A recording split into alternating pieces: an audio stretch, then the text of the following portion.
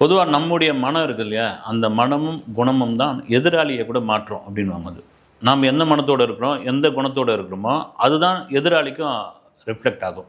அவன் என்ன தான் வேறு ஒரு குணமாக இருந்தாலும், அப்படி ஒரு சம்பவம், நிஜ சம்பவம் என்னுடைய நெருங்கிய நண்பருக்கு ஏற்பட்ட ஒரு சம்பவத்தை என்கிட்ட சொல்லியிருந்தார். அதை உங்ககிட்ட சொல்லலான்ட்டு. ஏன்னா இந்த வாழ்க்கையில் சின்ன சின்ன விஷயங்கள்லாம் இருக்குது பாருங்கள், அது எல்லாம் பதிவு பண்ணணும். நம்ம அதை அப்படியே கடந்து போயிடவே கூடாது. அந்த சின்ன சின்ன விஷயங்களுக்குள்ளே அவ்வளோ அர்த்தங்கள் இருக்குது, அவ்வளோ வாழ்க்கை இருக்குது அதில். அவர் நண்பர் கோயத்துலேருந்து இங்கே சென்னை ஏர்போர்ட்டில் இறங்கிட்டார். அவருடைய சொந்த ஊர் திருவாரூர். ஊருக்கு போகணும் அப்படின்றதுக்காக அவர் இங்கே ஏர்போர்ட்டில் இறங்கிட்டார். இறங்கினவர் கிளாம்பாக்கம் போய் தான் பஸ் ஏறணும் திருவாரூருக்கு. பஸ் ஏறுறதுக்காக இங்கே இருக்கிற ஒரு ஆப்பில் ஒரு ஆட்டோ ஒன்று புக் பண்ணுறாரு. பெரும்பாலும் எடுக்கலை. ரொம்ப ஏன்னா ஒரு பண்டிகை நாள், அது பண்டிகை நாளில் கிட்டத்தட்ட சென்னையே தொடச்சி வச்ச மாதிரி இருக்குது. எல்லோரும் வெளியூர் கிளம்பிட்டாங்க, காலியாக இருக்குது. ஆட்டோக்களும் பெருசாக இல்லை. அங்கே இருக்கிற சில டாக்ஸிகளும் கூப்பிட்றாங்க. இவருக்கு அந்த ஆப்பில் வச்சு அந்த ஆட்டோ ஒருத்தர் புக் பண்ணுறாப்புல எடுத்துகிட்டு அவர் என்ன பண்ணுறாரு, ஃபோனில் வராரு. சார் உங்களுக்கு காட்டினதுக்கு மேலே ஒரு 70 ரூபா கொடுக்க முடியுமான்றாரு. ஒரு என்னங்க ஒரு 10 ரூபா 20 ரூபா கேட்டால் கூட பரவாயில்ல, 70 ரூபா கேட்குறீங்க, இங்கே வைங்க அப்படின்றாப்புல. வச்சோடனே சார் இருங்க கேன்சல் பண்ணிடாதீங்க, கட் பண்ணிடாதீங்க, நீங்கள் பாருங்கள், நீங்கள் 70 ரூபா நான் உங்களை கூட்டு போகிறேன், நீங்கள் முடிஞ்சால் 70 ரூபா கொடுங்க, இல்லைனா கூட பரவாயில்லைங்க அப்படின்றார். என்னடா இவர் பேசுகிறதே ஒரு இதுவாக இருக்குதுன்னு ஆட்டோக்காரர் சரி வாங்க அப்படின்றார். வேறு எதுவும் கிடையாது. ஆனாலும் திரும்பவும் ஒரு முணுமுணுக்கிறார். அந்த நண்பர் என்ன 20 ரூபா ஒரு 30 ரூபா கேட்கலாம், 70 ரூபான்ட்டு என்னங்கட்டு வண்டியில் ஏறி உட்காந்துறாப்புல. உட்காந்த பிறகு தான் அந்த ஆட்டோக்காரர் பேசுகிறார். சார் பாருங்கள், சென்னையே தொடச்சி வச்ச மாதிரி இருக்குது, எல்லாம் பண்டிகைக்கு ஊருக்கு கிளம்பிட்டாங்க. ஊருக்கு கிளம்புறதுனால பெரும்பாலும் யாரும் சவாரி வரமாட்டாங்க. இப்போ ஏர்போர்ட்டே காலியாக இருக்குது. அப்படி இருக்கிறதும் நான் அந்த கிளாம்பாக்கத்தில் விட்டுட்டு எம்டியாக தான் வர வேண்டியிருக்கு சார். பெருசாக ஒன்றும் எனக்கு புக் ஆகாது, ஆட்டோவிலையும் ஏற மாட்டாங்க. அதை திரும்ப வரதுக்கான அந்த பெட்ரோல் காசை தான் நான் கேட்குறேன், வேறு என்ன சார் பண்ண போகிறோம் அப்படின்னு பேசிட்டு வராரு. இவருக்கு அந்த நண்பருக்கு ஒரு நியாயமாக பட்டுது. ஓகே, சில விஷயங்கள் எவ்வளோ பண்ணிட்டு போகிறோம், பேரம் பேசுகிறது ஏன் அப்படின்ற மாதிரியான ஒரு விஷயம் பேசிக்கிட்டு வராரு. என்னப்பா எப்படி ஓட்டுற, ஏது உங்கள் வீடு எங்கே இருக்குது, என்ன பண்ணிக்கிட்டு இருக்க, இது போதிய வருமானம் இருக்குதா, ஏர்போர்ட்டில் ஓட்டினா எவ்வளோ சவாரி கிடைக்குது, இதெல்லாம் பேசிக்கிட்டு அவர் இதெல்லாம் கேட்டு தெரிஞ்சுப்பாப்பில்.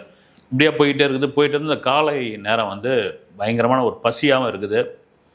சரி, இது போகிற வழியில் ஹோட்டல் எதுப்பா நல்ல ஹோட்டல் அப்படின்னு அந்த ஆட்டோ டிரைவர் சில பிரபலமான ஹோட்டல் பேர்லாம் சொல்கிறாரு. அந்த பவன் இருக்குது, இந்த பவன் இருக்குது, இந்த ஹோட்டல் இருக்குது, அந்த ஹோட்டல் இருக்குது, இதெல்லாம் ஒன்றும் வேணாம், நல்ல ரோட்டோரமாக இருக்கிற, இந்த வழியாக தான் போகிற ஆள்னியே, நல்ல ரோட்டோரமாக இருக்கிற நல்ல கடையான்னு சொன்னால் வாங்க சார், நீங்கள் பிரமாதமான ஒரு கடை இருக்குது அப்படின்னு சொல்லி பெருங்களத்தூர் கிட்ட ஒரு பெரியவர் ஒரு தட்டி மாதிரி, ஒரு தட்டியில் அந்த தட்டி கீழே ஒரு பக்கம் பார்த்திங்கன்னா இட்லி குண்டான் வச்சு இட்லியை அவிச்சு வச்சுருக்காரு. ஒரு பக்கம் தோசை சுட்டுட்ருக்காரு.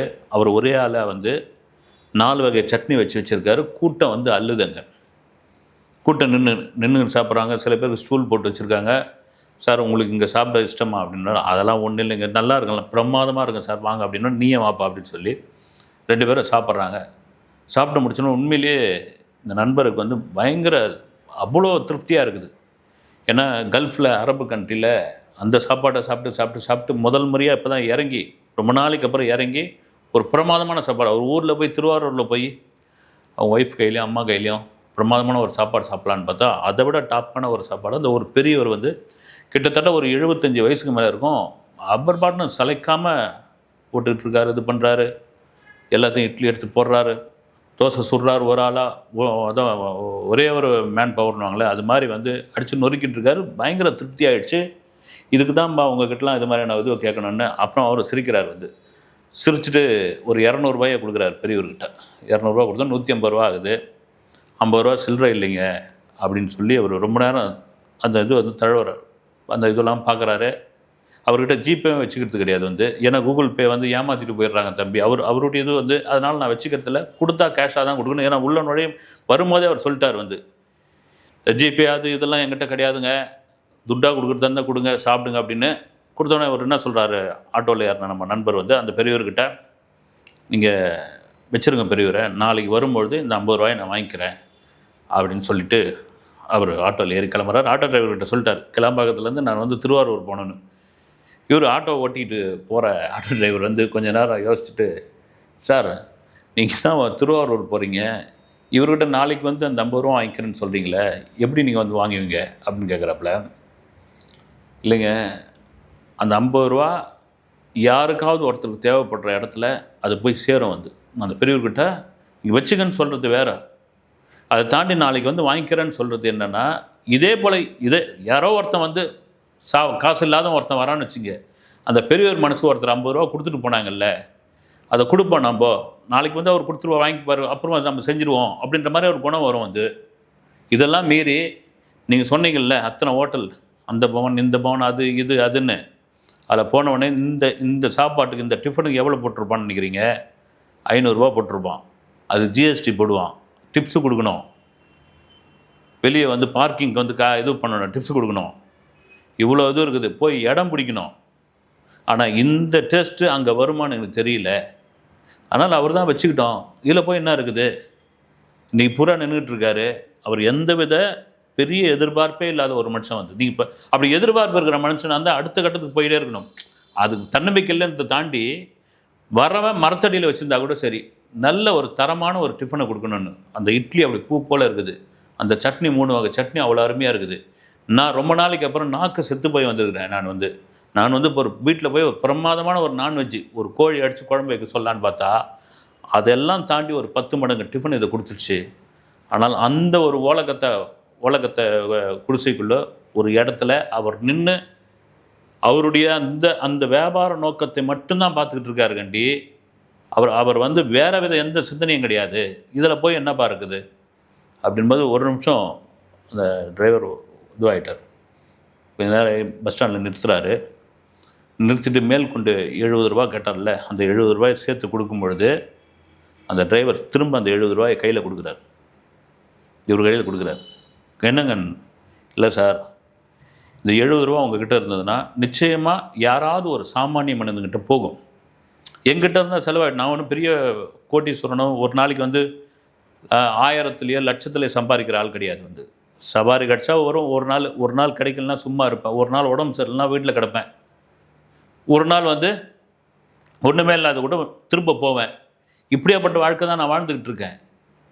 இதில் ஒன்றும் கிடையாது, நீங்கள் வச்சுக்கங்க. நீங்கள் இதுதாங்க, இந்த மனம்தான், இந்த குணம்தான், இவர்கிட்ட இருந்த இந்த மனமும் இந்த குணமும் அவர்கிட்ட மாறிடுச்சு. அந்த 70 ரூபா கேட்குற வரைக்கும் அவர் விடாப்படியாக இருந்தார். அந்த ஏர்போர்ட்டில் கேன்சலும் பண்ணாதீங்கன்றாரு. கொடுங்க நீங்கள் அப்படின்றாப்புல. கொடுக்குறதுல என்ன சார் இருக்குன்னு நியாயப்படுத்துகிறாரு. அதை தாண்டி அந்த 70 ரூபா அவருக்கு ஒரு முக்கியமான ஒரு விஷயந்தான். அதை தாண்டி நீங்கள் வச்சுக்கங்கன்னு ஒரு நொடியில் அவர் மாறின மனசு எங்கே அப்படின்னா, ஒரு சாமானிய மனிதர்களிடம் நாம் காட்டுகிற அன்பு, சாமானிய மனிதர்களுக்கு நாம் செய்கிற உதவின்னு ஒன்று இருக்கு இல்லைங்களா, அதுதான் இந்த சாமானிய மனிதனுடைய மனசையே மாற்றும். நீங்கள் இந்த காய்கறி விற்கிறவங்க, ஆட்டோக்காரங்க, இவங்ககிட்ட வந்து இந்த 10 ரூபா 20 ரூபாய்க்கு வந்து ரொம்ப சண்டை போடுவோம், பேரம் பேசுவோம், அமக்கலம் பண்ணுவோம், ஃபோனை கட் பண்ணி விடுவோம், திரும்ப எடுத்துமா பண்ணுவோம் ஆட்டோவை. அவங்க வந்து எடுத்து போய் விடுற வரைக்கும் வந்து திட்டிக்கிட்டே இருப்போம், கொடுக்கவே முடியாது அப்படின்னு சொல்லுவோம். ஆனால் கண்ணுக்கு தெரியாமல் நம்ம எங்கேயோ ஒரு இடங்கள் ஒரு 500ம் ஒரு 1000த்தையும் 2000த்தையும் தெரியாமல் ஏமாந்துக்கிட்டே இருப்போம். கண்ணுக்கு தெரியாமல் வந்து எங்கேயாவது ஒரு இடத்துல ஏமாந்துக்கிட்டே இருப்போம். இது உண்மை. இது வந்து நீங்கள் நல்லா யோசனை பண்ணி பார்த்தீங்கன்னா தெரியும். நீங்கள் என்ன தான் பெரிய சாமர்த்தியசாலியாக இருந்தால் கூட சரி, எங்கன்னா ஆனால் இந்த மாதிரியான சாமானிய மனிதர்கள் தான் நம்முடைய உற்ற தோழர்கள். அவர்கள் தான் புரிஞ்சவங்க. அதில் ஒருத்தர் 2 பேர் அப்படி முன்ன பின்ன இருக்கலாம், எல்லாரும் ஒரே மாதிரி இருந்துட முடியுமா?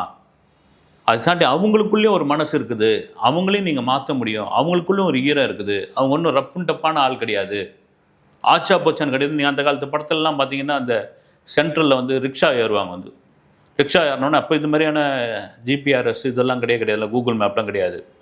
மயிலாப்பூர் போனோம் அப்படின்னு யாராவது தெரியாதவங்கன்னா படங்களில் காமிப்பாங்க.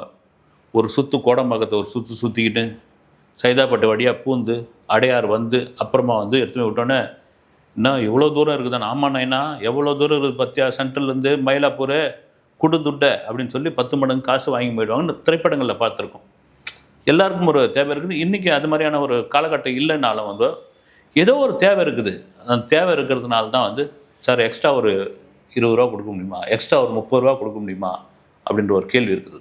நீங்கள் போய் ஒரு டீ சாப்பிடுங்க, ஒரு காஃபி சாப்பிடுங்க, 20 ரூபா இப்போது வந்து ஒரு ஹோட்டலில் போய் ஒரு காப்பி சாப்பிடுங்க, ரூ. 70 80 எடுத்து வந்து அந்த ஒரு ரூ. 70 80 தவிர அங்கே ஒரு டிப்ஸ் ரூ. 10 வச்சா தான் அவங்கள மதிப்பான் அவன். இல்லைனா வந்து அந்த பேடை தூக்கின்னு போவான் அப்பாயா அப்படின்னு வந்து.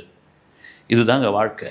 இப்படியாப்பட்ட வாழ்க்கையில் நம்ம பாட்டு இயல்பான மனிதர்களோடு வாழ்ந்துக்கிட்டு போய்கிட்டே இருப்போம். அதுதான் நண்பர் சொன்னது. இதுதான் உண்மையும் சத்தியமும் கூட. அடுத்த வீடியோவில் சந்திக்கிறேன். நன்றி.